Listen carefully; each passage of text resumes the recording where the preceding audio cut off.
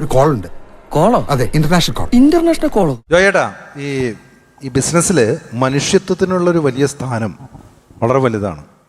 അങ്ങ് ചെയ്യുന്ന ജീവകാരുണ്യ പ്രവർത്തനങ്ങൾക്കറിയാം. അപ്പോൾ ഈ മനുഷ്യത്വത്തിന് ഇത്രയും അധികം സ്ഥാനം കൊടുക്കുന്ന നിങ്ങളെപ്പോലുള്ള വ്യാപാരികളായിട്ടുള്ള ആൾക്കാർ നമ്മുടെ നാട്ടിൽ അടിക്കടി കൂടുന്ന വിലക്കയറ്റം, അതുപോലെ GST എന്ന് പറയുന്ന ആ പരിപാടി, ഈ പരിപാടിയൊക്കെ നിങ്ങൾ എങ്ങനെ നേരിടുന്നു? എന്തോ അലമ്പുണ്ടാക്കാൻ വന്നിരിക്കുക. അതെ, എന്നെപ്പോലുള്ള സാധാരണക്കാർക്ക് വരെ ജീവിക്കാൻ പറ്റാത്ത അവസ്ഥയാണ്. അതായത് ഓരോ ദിവസവും വില കൂടുന്നു. ഇപ്പോൾ എന്ത് സാധനം മേടിക്കാൻ പോയാലും ഇന്നത്തെ വിലയല്ല നാളെ, നാളത്തെ വിലയല്ല മറ്റന്നാൾ. പിന്നെ GST എന്ന് പറയുന്ന ഒരു പ്രേതം അന്താളിച്ച് ഇപ്പോൾ കുട്ടികൾക്ക് പാമ്പേഴ്സ് വരെ വാങ്ങിക്കാൻ അതിന് വരെ GST ആയിട്ടുണ്ടെന്നാണ് പറയുന്നത്. ഇതിലധികം പറയുന്നു ഒരു മുട്ടുസൂചി മേടിച്ചാലും GST ആയിട്ടുണ്ട്. എന്റെ വേളാങ്കണ്ണി മാതാവേ, ഇവന് കുറച്ചു ബുദ്ധി ഉണ്ടായിരുന്നെങ്കിൽ മന്ദബുദ്ധി എന്നെങ്കിലും വിളിക്കായിരുന്നു. അതും ഇല്ലാതായി. പിന്നെ ആധാർ എന്ന് പറഞ്ഞിട്ട് നമ്മുടെ ജീവിതത്തെ വഴിയാധാരമാക്കിയ ചില കാർഡുകൾ, ഇതൊക്കെയാണ് ഇപ്പോൾ നമ്മുടെ നാട്ടിലെ വഴിയാധാരങ്ങൾ.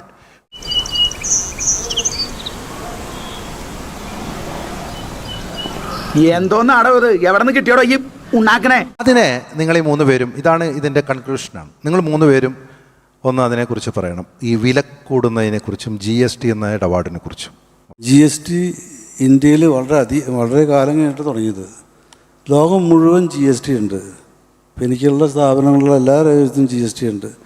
ഇപ്പം ജൂവലറിയെ പറ്റി പറയുകയാണെങ്കിൽ ഇവിടെയാണ് ഏറ്റവും കുറവ് GST ഉള്ളത്. അങ്ങനെ വരാൻ വഴിയില്ലല്ലോ. പക്ഷെ അങ്ങനെ വന്നല്ലോ.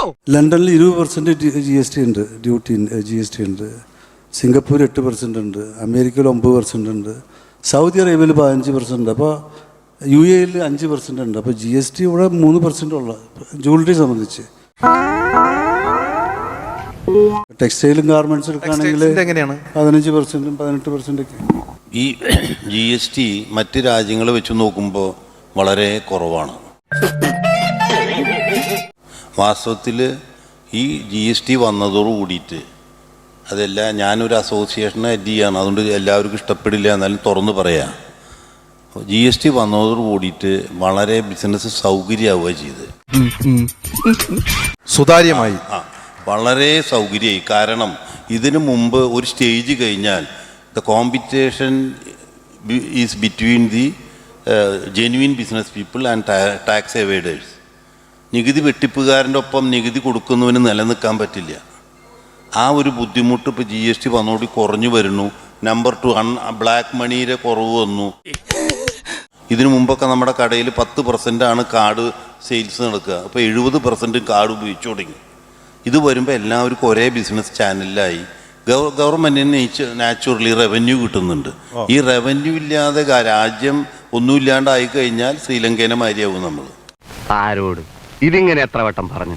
അപ്പോൾ വാസ്തവത്തിൽ ഈ GST ഈ പറഞ്ഞ ബുദ്ധിമുട്ട് GSTക്ക് ഇല്ല. ജെന്യുവിനായിട്ട് ഞങ്ങളൊക്കെ വാസ്തവത്തിൽ നിങ്ങൊന്നാലും ഈ തൃശ്ശൂരിൻ്റെ ആണല്ലോ, തൃശ്ശൂരിൽ ട്രഡീഷണലായിട്ട് വലിയ വലിയ ബിസിനസ്സുകാർ ഇപ്പോൾ ആ പേരുകളൊന്നും കാണാനില്ല. എന്താ കാരണം?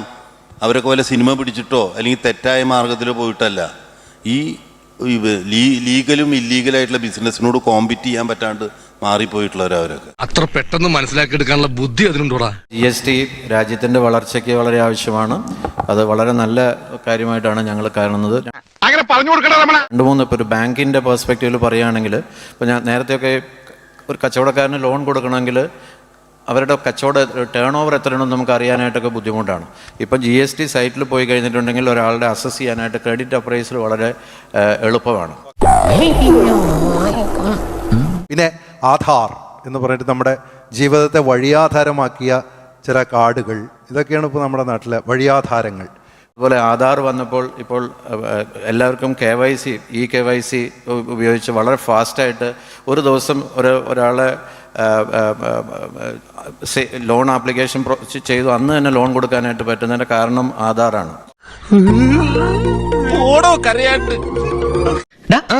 കിട്ടിയാ? ഇല്ല, ചോദിച്ചു വാങ്ങിച്ചു. ആധാർ കൊണ്ട് അവരുടെ KYC വളരെ എളുപ്പത്തിൽ നമുക്ക് വെരിഫിക്കേഷൻ വളരെ എളുപ്പത്തിൽ നടക്കും. പേയ്മെൻറ്റ്സ് മുഴുവൻ ഇന്നിപ്പോൾ ആധാർ എനേബിൾഡ് ആയിട്ടുള്ള പേയ്മെൻറ്റ്സ് നടക്കുന്നുണ്ട്. അപ്പോൾ ഈ ഒരു സിസ്റ്റം തീർച്ചയായിട്ടും നമ്മുടെ രാജ്യത്തിൻ്റെ വളർച്ചയിൽ വളരെ സുപ്രധാനമായിട്ടുള്ള തീരുമാനങ്ങളാണ്. അതിനെ നമ്മൾ സപ്പോർട്ട് ചെയ്യേണ്ടത് തന്നെയാണെന്നാണ് എൻ്റെ. Okay, thank you.